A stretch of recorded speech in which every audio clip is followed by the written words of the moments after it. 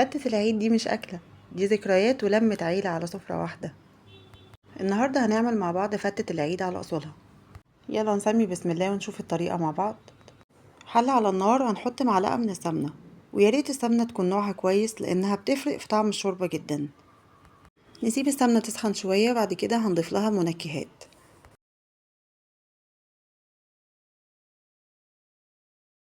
أضيف لها 3 فصوص من الحبهان، والحبهان بعمله فتحة بالسكينة من فوق كده عشان يطلع كل الطعم بتاعه. ونضيف كمان 3 فصوص من المستكة، ونقلبهم كويس كده في السمنة عشان طعم السمنة كله ياخد من طعم المستكة والحبهان. وكمان بدي للسمنة وقت انها تسخن عشان لما احط اللحمة واشوحها تبقى درجة حرارة السمنة عالية، فاللحمة ما تنزلش المية بتاعتها. وهحط اللحمة عشان تتشوح، وطبعا تشويح اللحمة ده بيفرق جدا في طعمها. وخطوة تشويح اللحمة دي مهمة جدا لانها بتخلي اللحمة تحتفظ بالعصارة بتاعتها وتطلع طرية معانا وما تنشفش مننا، وكمان بتساعد اللحمة انها تستوي اسرع. وده كيلو من اللحمة الضاني، وتقدروا تعملوا اي وزن انتوا عايزينه طبعا. وهنا هضيف كمية اللحمة كلها عشان تتشوح، ودرجة الحرارة بتكون عالية عشان ما تنزلش المية والعصارة بتاعتها. بعد كده هضيف ورق اللورة، وورق اللورة ده ما بضيفوش في الاول عشان ما يتحرقش مننا. هبتدي دلوقتي ان انا اقلب اللحمة، انا مش عايزاها تاخد لون، انا عايزاها بس تغير اللون بتاعها، يعني مش عايزاها تتحمر عشان ما غيرش لون الشوربة، عشان الشوربة تطلع لونها فاتح وما تبقاش غامقة. هفضل اقلب كده لغاية ما اتأكد ان كل اللحمة غيرت لونها. وزي ما انتوا شايفين كده مفيش اي مية او عصارة نزلت منها لان درجة حرارة السمنة كانت عالية. هنا بقى طبعا كل الريحة بتاعت المنكهات اللي احنا حطيناها طلعت، ومش قادرة اوصف لكم الريحة كانت عاملة ازاي، كانت مالية البيت حرفيا. وهنا اتأكدت ان اللحمة كلها غيرت لونها، هبتدي انزل عليها بالمية المغلية. ودي خطوة ضرورية جدا ان انا المية اللي معايا تكون مغلية، والخطوة دي ضرورية لانها بتسرع من تسوية اللحمة. وطبعا لو في اي ريم معانا طالع على الوش بنشيله عشان الشوربة بتاعتنا تبقى صافية وريحتها حلوة. والريم اللي بيبقى موجود على الوش ده بيبقى نتيجة من البروتين بتاع اللحمة. ودلوقتي هبتدي اضيف البصل وطماطم. بضيف طماطم للشوربة لانها بتضيع اي ريم موجود في الشوربة وبتخلي الشوربة طعمها احلى. هضيف ربع معلقة من الفلفل الاسود وما زودش عشان ما يغمقش الشوربة، وحوالي معلقتين كبار من الملح. وما تقلقوش الملح مش بيأخر تسوية اللحمة. وهقلب كويس كل المكونات وهسيبها تستوي الاول على درجة حرارة عالية. بعد كده ههدي النار عليها واسيبها تاخد وقتها في السوا. ودي اهم تركاية في تسوية اللحمة، وبتفرق جدا في نتيجة التسوية. اللحمة اللي معايا اخدت وقت في التسوية ساعة الا ربع. وده الشكل النهائي للشوربة بعد ما اللحمة استوت، لونها فاتح وصافي وريحتها كانت حلوة جدا. وده شكل اللحمة بعد ما استوت، كانت دايبة حرفيا. جربوا الطريقة دي وان شاء الله هتعجبكم جدا. ودلوقتي هنعمل الرز بتاع الفتة. حلة على النار هنحط فيها معلقة من السمنة وشوية من الزيت. انا هنا استخدمت زيت مع السمنة لان الزيت بيدي للرز لمعة جميلة جدا، بيساعدنا كمان ان الرز بتاعنا ما يبقاش معجن. وهضيف دلوقتي 3 كوبايات من الرز، وهقلب كويس الرز مع السمنة والزيت، ودي خطوة مهمة جدا.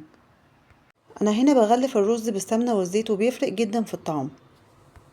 وهفضل اقلب كده شوية لغاية ما الرز يسخن. وهضيف معلقة من الملح، وهقلب برضو كويس الرز مع الملح. الخطوات اللي بنعملها في الاول دي بتفرق جدا في طعم الرز وبتخليه يطلع مش معجن معانا. وكده تمام، وهو ده الشكل المطلوب. دلوقتي هضيف المية المغلية، ودي اهم خطوة ان المية تكون سخنة جدا. وعشان الرز يطلع مظبوط معانا لكل كوباية رز ليها كوباية وربع مية، والعيار ده مظبوط جدا للرز. وهقلب كويس واسيبه على النار لغاية ما يتشرب المية.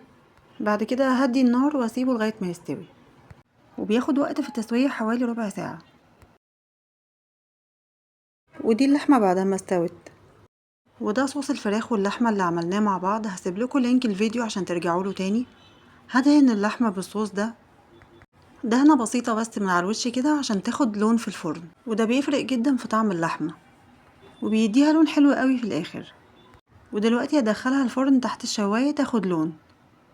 ودلوقتي هبتدي اعمل الخل والثوم. في طاسة على النار احط فيها معلقة من السمنة وشوية كده كويسين من الثوم المفروم، حوالي 3 معالق. في اكلات كده يا جماعة بحب استخدم لها الثوم المفروم الفريش، والخل والثوم بتوع الفتة من الاكلات اللي انا بحب استخدم فيها الثوم الفريش، لانه فعلا طعمه بيبقى اقوى وبيفرق جدا في الطعم وفي الريحة. وهقلب الثوم مع السمنة لغاية ما لونه يبقى ذهبي، مش عايزاه لون غامق، عايزاه لونه ذهبي. بعد كده هضيف الخل، وياريت في المرحلة دي اكون مهدية النار وانا بضيف الخل، وهقلبه كويس وهسيبه على النار يغلي، الخل مع الثوم يغلوا مع بعض كويس. بعد كده هضيف شوربة اللحمة، يعني حوالي مغرفتين 3 من الشوربة، وهسيبهم على النار حوالي 10 دقايق يغلوا كويس مع بعض. وهنا عندي العيش الناشف، لو حابين برضو ان انتوا تحمصوه في شوية من السمنة ممكن يتحمص في شوية من السمنة في الفرن. وهبتدي ان انا اضيف له الشوربة، يعني تكون كمية مناسبة من الشوربة عشان العيش ما يبقاش بايش ومعجن. احط كمية من الشوربة وهشوف لو العيش لسه ناشف هزود له شوية شوربة كمان.